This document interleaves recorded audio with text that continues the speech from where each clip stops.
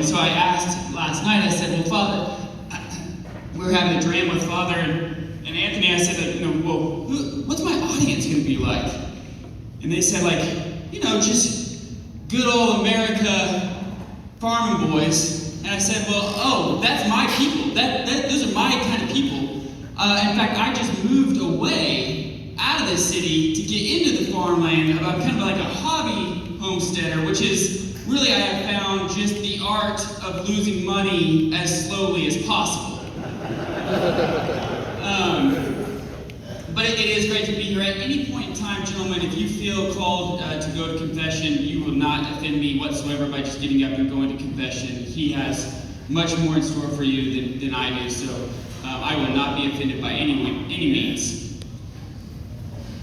I do find it interesting that we're talking about, or I'm here today to talk on Catholic Man Night, because there's so many similarities in which today we honor what you guys have done and what I and my best friend have done in Tulsa. It overlaps so much. My best friend David Niles, we've been best friends since we were 5 years old. We grew up together, we've been in the same parish together, we went to high school together, we lived in the same neighborhood growing up together.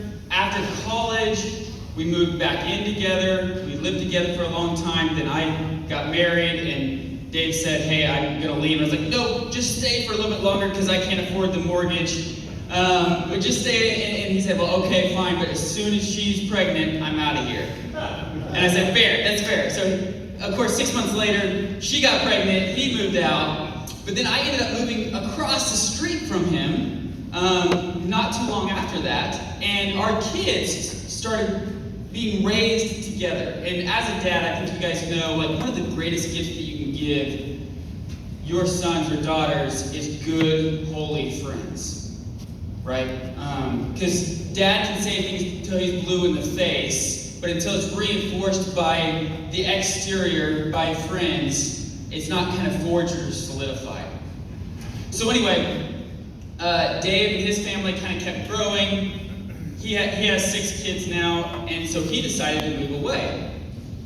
And I was a little nervous about that because our families played together all the time, and he moved away, and I was like, well, who's going to come in next? Who's the next new neighbors? And I was just kind of praying to our Lord that, Lord, whoever comes into this house, may they have good, holy kids striving for your heart.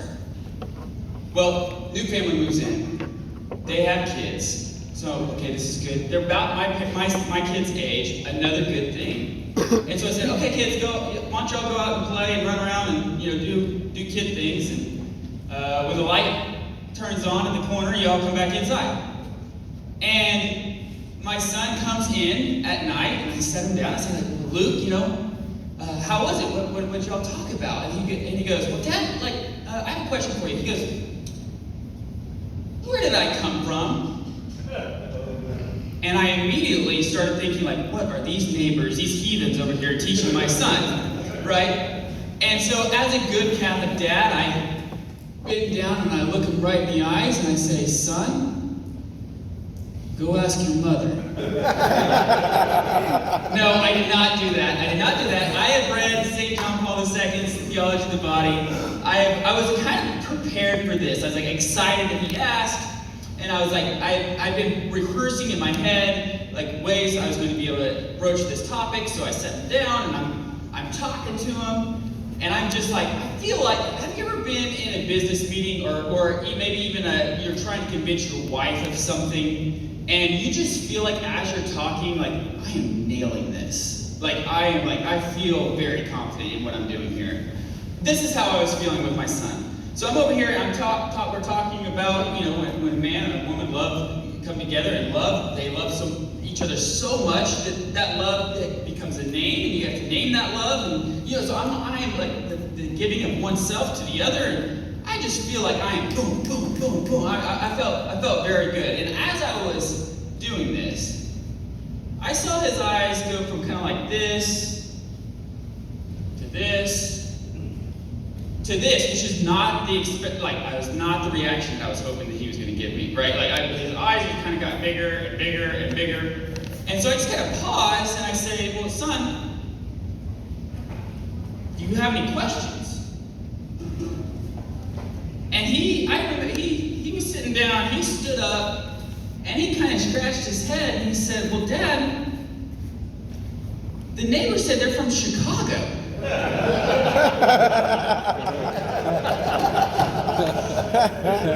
It was at that time I realized I had messed up.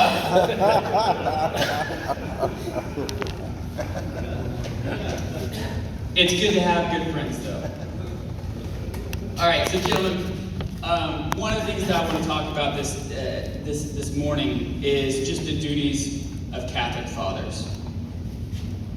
And there's some here who may not be biological fathers. Maybe you're a grandfather, maybe you're a father, maybe you're not a biological father. But I think that these principles can relate to every single one of us. So you can kind of use your imagination. If your kids are out of the house, you can use it for maybe your grandkids. If you don't have kids yet, you can kind of put it in your back pocket for maybe some of the things that you could possibly do if you're called to the vocation of marriage. Or if you're called to the holy priesthood, praise God, and Lord willing, you can use this to be teaching your flock. And really, I'm not a theologian, I'm not a philosopher. I really want to try to figure out how to live my Catholic life. And what does that mean in my everyday world? And so, I'm not the guy to talk about big words, transubstantiation, all these fancy things that Catholic lingo. That's not who I am. I'm not very good at it. I don't pretend to be. But what I do want to talk about is just how to live our Catholic faith. And I pull this from the saints, and I pull it from my father and from my grandfather, who have. My grandfather tirelessly lived his Catholic faith until the day that he died. And my dad is just, he's more fit for heaven than to be my father. So, the good that I say today is from them. The bad that I say today is from my buddy Dave, who's not here.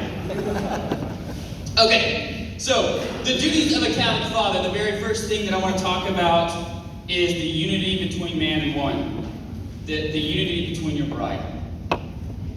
And I remember when I was getting married, I was talking to my dad about what is a piece of advice that you have for me going into this vocation? And he told me, he said, now listen, son, one of the things you're going to do in front of God and his church is make a vow to her. And it's important that this is a public vow. This is not just between you and God. This is not just between you and the priest or you and her, but you make it to the whole church community. And in that vow, we say that we honor her. And he said there are too many men out there today, Adam, that do not honor their wives. That are at the work cooler talking about how she's nagging them. Or getting together with other buddies and trying to find help in the marriage situation, but then talking bad about your wife. I know none of you guys are doing that, but I'm just saying, that is a definite thing that a lot of men do. That is not. I mean, how could you honor your wife and then also talk bad about her behind her back? That men, we are called to honor, to uphold her dignity. That we're the front lines, because let me tell you, there's plenty in this world that are targeting the Catholic family. And they have to go through the husband first to get to the rest of them. And so we must be the men honoring our wives by never talking bad about them anywhere, period. I would never intentionally by any means talk bad about our blessed mother. I would never talk bad about my wife. We were just at Clear Creek Abbey this last weekend. We actually had something kind of similar to this, where we had a Catholic Man Show camp out, where men came together and we prayed and we ate and we drank a little bit of beer and we had a great weekend. had a chance to talk to one of the monks there, and he told me, he made this analogy. He said, in our podcast, he said, the husband is the roof of the home. And when it's raining, the evil one tries to punch holes in that roof. He does not have to rip the whole roof off for the water to come in. All he has to do is just punch holes into the roof, and the rain will come in. And how does he do that? He does that when we are not on guard. When we are not intentional about living our Catholic faith, when we're not living a sacramental life. And said he told us we always must be on guard. And then I asked, I kind of pushed him, I said, what does that mean? What does it mean to be on guard? And he said, I kind of teed him up because I knew what he was going to say. But 10 years ago, we were over there, and a group of us came to him and said, Father, it's very difficult to live our Catholic faith in the world today. It's very difficult to be a Catholic, a good Catholic man. And I said, we asked him, what would you suggest for us? Now, this is a cloistered Benedictine monk, meaning he doesn't go out into the world, he lives in the abbey, and he works and prays. And he said, gentlemen, one day a week, you guys figure out what day it is, and you fast for your family together. Don't tell them, but you guys just fast for your family together. And we said, okay, yeah, we can do that. And so for 10 years, we've been doing that. And I'm not going to know all the graces that we've received by doing that together as men until we're on the other side of the veil. But I can definitely tell you that I have seen grace in my family that obviously does not come from me, that has changed the way we live together as a family, that has made things easier, so to speak, to live out our Catholic faith. So if you're not fasting for your wife, if you're not fasting for your family on a regular basis, I highly encourage you doing it. It's actually not something that's going to be a less thing for you, but it's a gift to your family. Build unity with your bride. I was so excited about marrying my beautiful wife 13 years ago. The idea of what it was going to look like, the children we were going to have. And I remember we were about 3 months into our marriage, and we went to the doctor, and the doctor came up to us and said, you guys are not going to be able to have children. And it kind of stunned me a little bit for a minute, and I said, okay.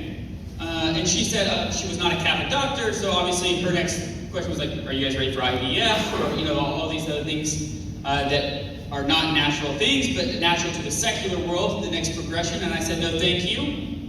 And she said, kind of tongue-in-cheek, or kind of casually, she says, well, when you're ready to have kids, you come back and see me. And I said, thank you, ma'am. And I walked out, and as I was walking out, I remember I pulled up my phone and I typed in patron saint of expectant mothers. And that just happens to be St. Gerard. I don't know if you guys have ever heard of St. Gerard before, but he is the patron saint of expectant mothers, and man, is his intercession powerful. I have 6 kids. I decided right then and there, when we were in the parking lot, in our car, I said, Haley, we're going to dedicate our family to St. Gerard. Our patron saint for our family will be St. Gerard. When we close in prayer together as a family, we'll pray for his intercession. At night, when we pray together, we'll pray for his intercession. And if we don't have any kids biologically, that's no problem. We'll start adopting. No problems. She agreed. We started going through the adoption process, actually, and then she got pregnant. And the doctor actually said, we went back to that doctor, because I just wanted to say, hey, by the way, we got kids, and she could not believe it. She just did not think, she said, have no explanation for that. Gentlemen, if you don't have a patron saint for your family, it's very easy to do. Whatever, St. Isidore's the patron saint of farmers. Wherever you live, whatever your hobby is, whatever your desire is, like, we got patron saints for everything. That's the beauty of the Catholic faith. Like, we got patron saints for patron saints. So dedicate your family to a patron saint. The last thing I want to talk about is building unity with your bride. And I actually got this from Jordan Peterson. He said something not too long ago, and it really struck me. I think it's just spot on. So I want to take what he says, I want to baptize it and make it Catholic. He said that you have to have 90 uninterrupted minutes with your wife a week. Now that doesn't sound like a lot, but he said 90 uninterrupted communication with your wife a week. Outside of your kids, outside of grandkids, business, phones, whatever else, 90 minutes, hour and a half, not long. But it's important for us as men to gauge how our wives are doing. They have a deep intuition of what's going on in the family, and if we're not in communication with them, we don't know how to serve them better. We do not know how, like, what they're struggling with, what we can pray for her. I know that it's easy for me, by the end of the day, I come home, we get the kids in bed, I'm exhausted. The last thing I kind of want to do, honestly, is have a real discussion with somebody else. I kind of want to unwind. Just kind of relax. But the vocation of marriage is not easy. We did not sign up for this to be easy. We signed up for this as a way of salvation. For her and for us. Okay, honor her, fast for her, develop a patron saint, communicate with her every week, build unity with your bride. The next thing I want to talk about is establishing order and culture in the home. As fathers, it is our actual duty to establish the order and culture within our home. I don't know about you, but I have four boys, and it is always crazy at my house. Boys are bouncing around crazy, yelling. I'm sometimes dodging balls as I wake up in the morning, getting into the breakfast table. Sometimes it's a little crazy. But it is our duty to establish order and culture in the family. Now, what does that mean? Order actually, let me say, peace is actually just the tranquility of order. So you want to have a peaceful home, you need to have an ordered home. It's just what St. Thomas talks about, not me. If you disagree with that, you can talk to him. He's way smarter than me anyway. Peace is the tranquility of order. The more that we can have order within the home, the more our home is going to be at peace. We see this all the time. That the family who has order sitting down at the dinner table or at a restaurant, they seem to be much more at peace than the Minahan family over here who's throwing forks and dropping napkins and spilling over cups. It's our duty to establish order in the culture in our home. Now, we know that our Lord speaks in silence. Cardinal Sorrell talked about this, that silence is God's language. And we want to develop the culture of prayer within our home. I cannot give my prayer life to my children because it's my prayer life. But I can give them the atmosphere and the habit of prayer for them to have a deep relationship with our Lord in prayer. But I cannot do that if they don't know how to be silent. I cannot do that if I don't know how to be silent. I remember after our first kid was born, I was at I was in Mass. We've sat in the same pew at our parish for 35 years. It's called the Minahan pew, and like we know that when newcomers come and they sit in our pew, it's like, well, we'll give you grace this week, but next week, this is our pew. My dad's really big too, so it really helps. He kind of looks like a bodyguard, so it really helps because he gets there early. Anyway, we're in the second pew, and Mass felt like to me a little bit more like a physical workout than a spiritual one, right? I mean, I'm juggling the kid, the book is falling, the kneeler hits my shin, I'm trying not to I'm trying to not lose my salvation while at Holy Mass, right? It's exhausting. I remember the person sitting in front of us at the end of Mass. I'm sitting there praying. Obviously, I feel a little defeated with how crazy that was. And they take me back to the church, and they said, you know, Adam, your kids don't learn to be quiet in Mass. And I'm like, well, clearly, did you see the last 60 minutes? Like, that's clearly the case. He said, your kids learn to be quiet in the home. And they exercise what they learn in the home at Mass. Your kids don't learn to be quiet at Mass. They learn to be quiet in the home, and they exercise what they learn in the home at Mass. And then it got me thinking, that kind of hit me hard. And then it got me thinking about myself. How much quiet time do I have? How much silence do I have in my life? That I want to set my kids up for success, to have a prayer life. And if I'm expecting them to be quiet for 60 minutes every Sunday and that's it, like that's not setting them up for success. Imagine a high school football quarterback going out for the first time on Friday night and not even looking at the plays. Not practicing at all. So here's what we decided. I said, okay, Catholic dad here, just learn this.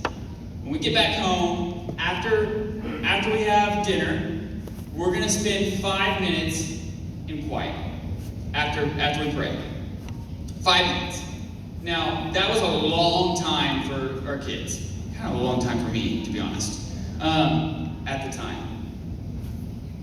But it was amazing how that 5 minutes in 2 weeks was very easy and grew to 15 minutes and then actually grew to 30 minutes. And how once my oldest kid started doing that, my younger kids kind of followed suit. And we developed this habit of being quiet in the home. I remember Mother Angelica once said, like, guys, there was a caller that called it. Do you remember Mother Angelica? She was an EWTN, holy woman, nun. She started kind of EWTN. She had a call-in show. Someone called in and said, now this is back in the 90s, right? This is before we had smartphones. And the caller said, Mother, I'm distracted in prayer and I don't know what to do. And she goes, of course you're distracted in prayer. You distract yourself all day long. You go into the car and turn on the radio to get out of the car and put your Sony Walkman on. You go up into the office and you talk to people. Like, of course you're distracted. You distract yourself all day. What makes you think you're just going to be able to flip a switch and go into prayer and not be distracted? You have put yourself in the habit of being distracted. It is so important for us as men to develop the culture in our home to not have distraction, to be able to sit in silence, to hear our Lord, for them to focus, because concentration leads to contemplation. When you can focus on something,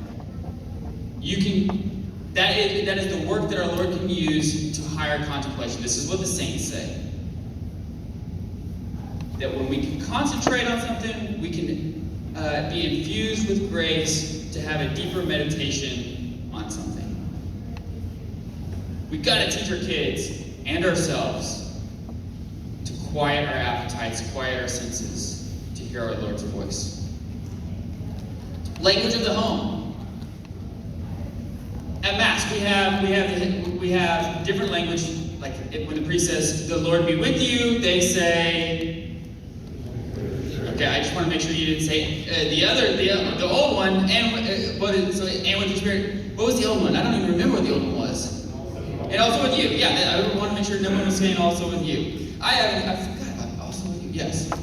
But we have a language within the church that goes back and forth, right? The priest says something, the lady says something. Priest says something, lady says something. Back and forth. In the home, we also have a language within the domestic church. But it looks a little different. It sounds a little different. It's like, honey, I'm sorry. I forgive you. Son, I love you. I love you too, Dad. There's language within the church, and there's language within the domestic church, the home.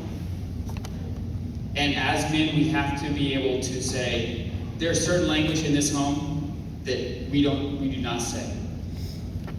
You're definitely not going to talk bad about your mom. I have like 3 main rules in the Minhan house. One is you do not lie. You will instantly get in trouble if you lie. You will instantly get in trouble if you talk bad about your mom. Those are 2. I'll talk about the third one here in a minute. But you talk bad about your mom, boom, you will get in trouble. That is my wife. She was my wife before your mother, right? I chose her. You just showed up later, right? Language in our church, how are we talking to our family? How are they talking back to us? That's a culture that we set as men. Whether you're a grandfather, whether you're a father, whether you're the priest, we set that tone. Peace is the tranquility of order.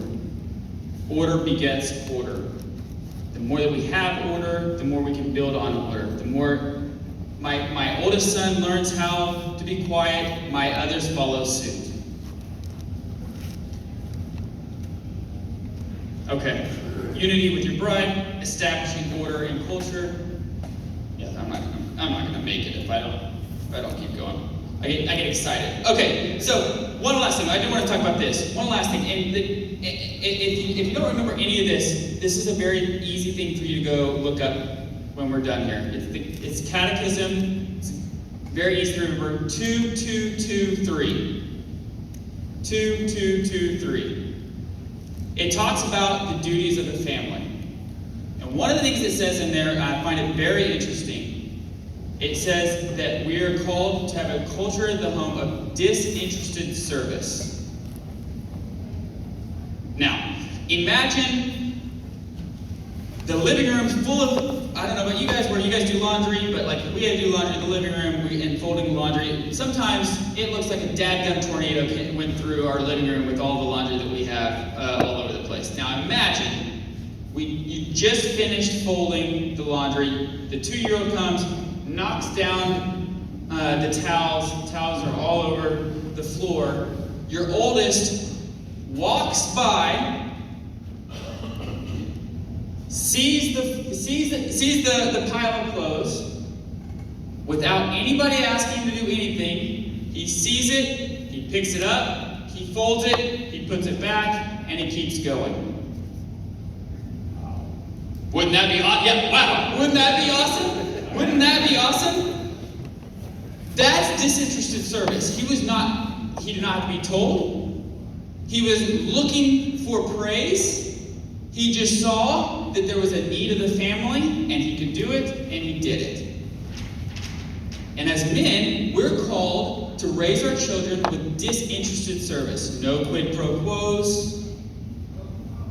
Disinterested because I have a duty to serve my family. And we see nowadays how we have failed doing that because it bleeds into everything else, gentlemen. We have people now saying, what does the government can do for me instead of what I can do for my country? We have, it bleeds past our family. If we don't teach our children and teach ourselves to have disinterested service, to serve the other for the good of the other, it will bleed into everything else. We have some public officials right here. I know you guys can agree with that. Catechism 2223. Fantastic paragraph. It's only about that long. It's really, really good. Okay. Lead your family in the practice of the Catholic faith. This is something that I was gifted with a holy dad who taught me the faith. But I don't know about you guys, I was still nervous about teaching the faith to my kids. Do I say it the right way? Am I doing the right thing? What do I say to them? How do I say it? Especially even my wife. My wife was a dadgum pagan 3 months before we left. Not like a real pagan, she just wasn't baptized. I wouldn't say that. She hates that joke, actually. She was not baptized and then had 5 sacraments in 3 months, which was just a grace bomb. But she didn't know anything about the Catholic faith before we got married. And so it was up to me to try to teach her children and to teach kind of her, but just as well as I do, it's tough to teach your family. Right? That's what the prayer of praying for good friends for your family members and your children and grandchildren is it's a prayer very much worth praying. Leading your family in the practice of the Catholic faith. Now, so what I decided to do with my family is I am not a Dr. Scott Hahn. I'm not these brilliant theologians. How can I teach the Catholic faith?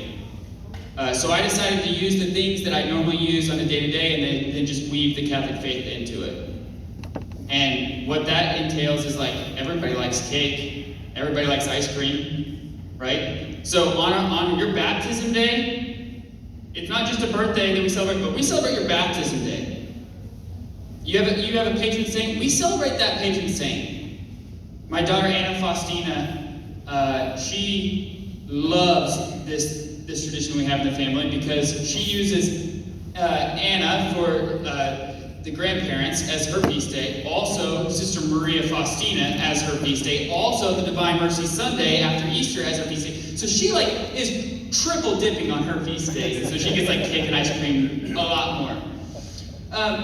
But what I have found is that the more that I can just integrate the Catholic faith into our daily lives in a natural way, resonates with the kids a lot more than just sitting them down and now is the time that Dad will be talking about Catholic faith with you.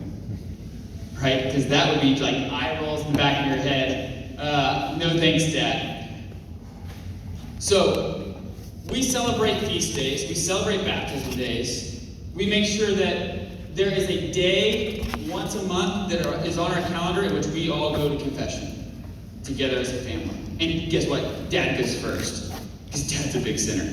And I want them to see that Dad needs God's mercy just as much as they do. So I try to do the small, easy things, and hopefully that plants seeds. And we can do this with, again, parents, grandchildren. You're driving by, you see an ambulance going by.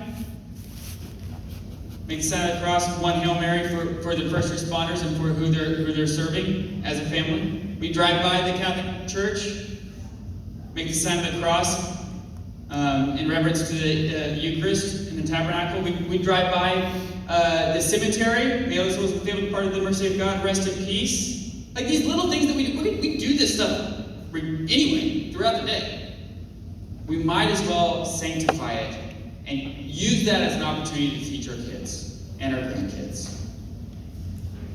Lead the family in the practice of the Catholic faith. That means that it's your job to have a prayer life first, because you cannot give what you don't have. If you don't have, I can't give you this piece of paper if I don't have this piece of paper. I can't give a prayer life to somebody if I don't have a prayer life myself, because all good comes from Him, not from me. So it starts, gentlemen, with prayer every day. John Paul II said, they asked, what was what was the time in which you realized you were called to be a priest? You know what he said? Have you guys heard this story? Here's what he said. He said, every morning I saw as I walked down the stairs, my dad was kneeling in prayer every morning. And I said, that's a man of God, and I want to be a man of God. And that was his moment of realizing he was called to be a priest. The things that we do, gentlemen, for our families in prayer, we don't know how our Lord can use that and what it could be. I mean, we have a dadgum saint because we had a Holy Father praying to our Lord every morning. Lead our family. Okay. Which also says to evangelize our family. I find actually it's way easier to evangelize people. Like, bringing people in the Catholic Church is kind of difficult. You know the easiest way to do it? Have kids. That's the easiest way to evangelize, because you can just get them baptized in 2 weeks, and you're like, one more into the kingdom. That is pretty easy, you know. It's a lot harder to evangelize, you know, going through OCIA and everything. But it is important for us as a family and as a father to evangelize our family, to provide them with the ability and tools needed to go out and be saints. As dads, we're called to provide, protect, and establish. And I think that last one, I actually think Catholic men, we're pretty good at providing, we're pretty good at protecting. I don't know how good we are at establishing. That we have to provide them with the tools needed to be able to go out and get out and go make disciples. To get out underneath Dad and Mom's wing. That I've given you the tools needed to go out. That you've seen me in prayer, you know what prayer looks like. That you know what it's like to pray the rosary every day. That you know what it's like to sit in adoration. That you know what it's like to be in the Minahan pew on Sunday mornings every Sunday morning. We're called to establish our family members so that they can go out and evangelize. Okay.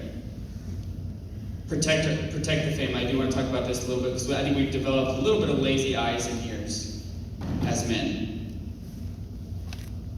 Protecting our family. Gentlemen, I know you guys know this, but there's like this thing in our pockets that is like kind of a portal to hell at times. And if we are not protecting our family against the dangers of the internet, that is a failure of the duty and authority that we have as fathers. Now, what that looks like with your family, I'll let you decide. For my family, I know that I can't let my kids have cell phones right now. My kids don't have cell phones. They're like the only kids in their class, and they tell me all the time, and I say, you know what? You're going to continue being the only kids in your class without cell phones. So you just get used to it. That's just how we do it. I'm not saying that's how you have to do it, but if you give your kid a cell phone, or you give your grandkid a cell phone, or a TV, a smart TV, or an iPad, it needs to be protected. Whether it's with covenant eyes or something, like, don't, and it's not because you don't trust them. It's because there are companies that spend billions and billions of dollars to get to them. Because they know if they can hook them early, they have a long-time user. So they spend a lot of money to go after your kids. Not because your kids aren't good. It's not because you haven't raised them well. It's because there are other people that are trying to get to them and will spend money to do so. And if you get into the situation in which your child has gone down that road, just as you would want in confession to feel Christ's love and mercy on you, make sure that is shown to them. Because ultimately, gentlemen, when we're on our deathbeds and we're looking back at our life, one of the main things that we want to do is to be able to say that I gave my children and my wife a small glimpse of the Heavenly Father's love. you can do that, that is a life well worth living. That if you can be an instrument in which your children and wife have a glimpse of our infinite Heavenly Father's love as a finite creature, that is a heck of a life to live. Protect your family at all costs. Okay. Provide for the family. A priest offers prayer, sacrifice, and teaching. Those are the three things that he does. He offers prayer, sacrifice, and teaching. A father, a priest, that's ministerial priesthood. Prayer, sacrifice, teaching. A father in the domestic church is called to do the same thing. Prayer, sacrifice, teaching.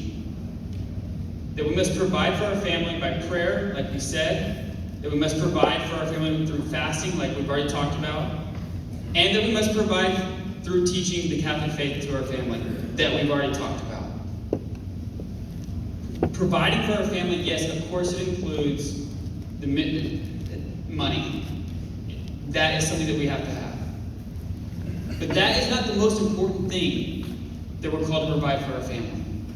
The things that we can't see, this is what that monk at Clear Creek told me, he said, the things that we can't see are much more real than the things we can see. We just don't have the faith to know that. It's way more important to get to heaven. I'd much rather my kid get to heaven than to Harvard. I want them to be smart, okay? But I want them to go to heaven much more. Okay. Cultivate talents and vocations in the family. It is important for us as dads to cultivate and to provide. Remember I talked about protect, provide, establish. We must establish our kids so that they can go out. Part of establishing your kid is to help them understand what their vocation is in their life. Whether that's the priesthood, religious life, or marriage. It is important for us to be able to cultivate this understanding for our children that they know what God is calling them to do. Okay, so again, that all sounds awesome. I don't know how do I do that, right? You're looking at me and you're like, yeah, cool. What do I do? How do I do that? I totally feel you. That's something that I asked my dad the same thing. Here's what we decided to do. One day, I decided that we had to have our garden beds all cleared out. The lawn needed to be mowed. We had a lot of yard work we had to do. So we decided to come up with what was called Mommy Missions. Okay? Mommy Missions. And Mommy Missions, all that was is something that we already have to do, but we're dedicating it to her, for her, so that she can go do other things. So, Luke, Jude, Anna, Leo, and John all loaded up into the truck, and we went to Lowe's, and we got a bunch of things. We got back. I have my oldest is mowing the yard. My second oldest is mowing the yard. My oldest is weed eating. My two younger boys are kind of playing in the mulch. They're supposed to be throwing the mulch out. They're just kind of throwing the mulch at each other. I'm over here cutting wood, and I stop and I just kind of look at everything and say this is working. Everybody is doing something for the good of the family, right? And no one's complaining. And I was like, this is working. And then my daughter comes out and she's holding a tray with waters for all of us and says, Dad, I'm doing a daddy mission.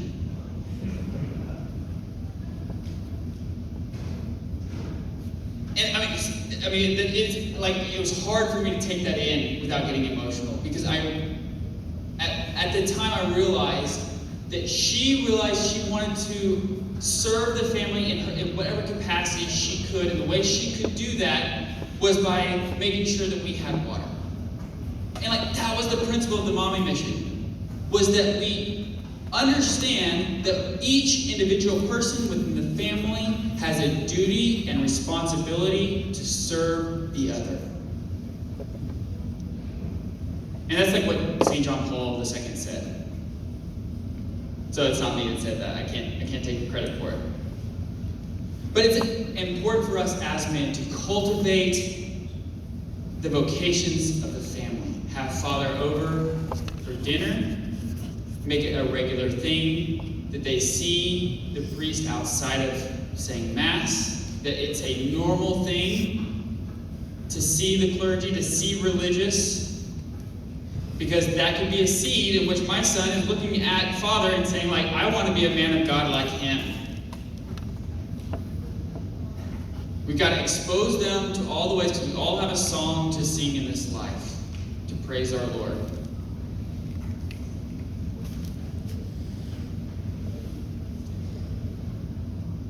I'm going to close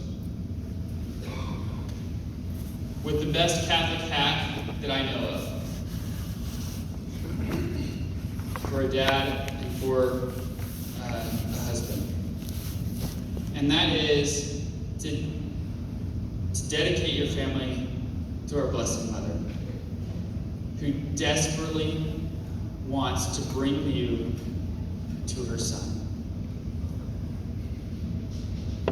And so if you don't do anything else, gentlemen, today, so learning is being in the same habit, the same environment, and doing something different, right?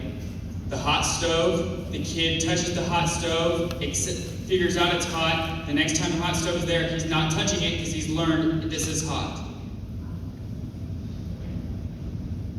We all have the same environment tomorrow. We're all going to be Catholics. We're all going to be sons of God. We're all going to be husbands, fathers, grandfathers, whatever your vocation is. We're all going to have that tomorrow. If you don't do anything else besides what I've talked about today, consecrate your family to our Blessed Mother. Do that different. If you don't do anything different from today was just entertainment. Today was not, and a poor one at that. You guys had really poor entertainment. But to learn means to be in the same environment and do something different. So if each day, or each month, or each year doesn't look a little different, if we're not growing in holiness each day, each week, month, year, that's not learning. That's not growth. If you're not growing in the Christian life, you're not moving in the right direction. Consecrate your family to our Blessed Mother, who loves you so much. This is a quote from John Sr. It always hits me hard. He said, "What will it be like for us when we say the Hail Mary for the last time, when now is the hour of our death? And we must say, Amen, which means, as we know, so be it. Hail Mary, full of grace, the Lord is with thee. Blessed art thou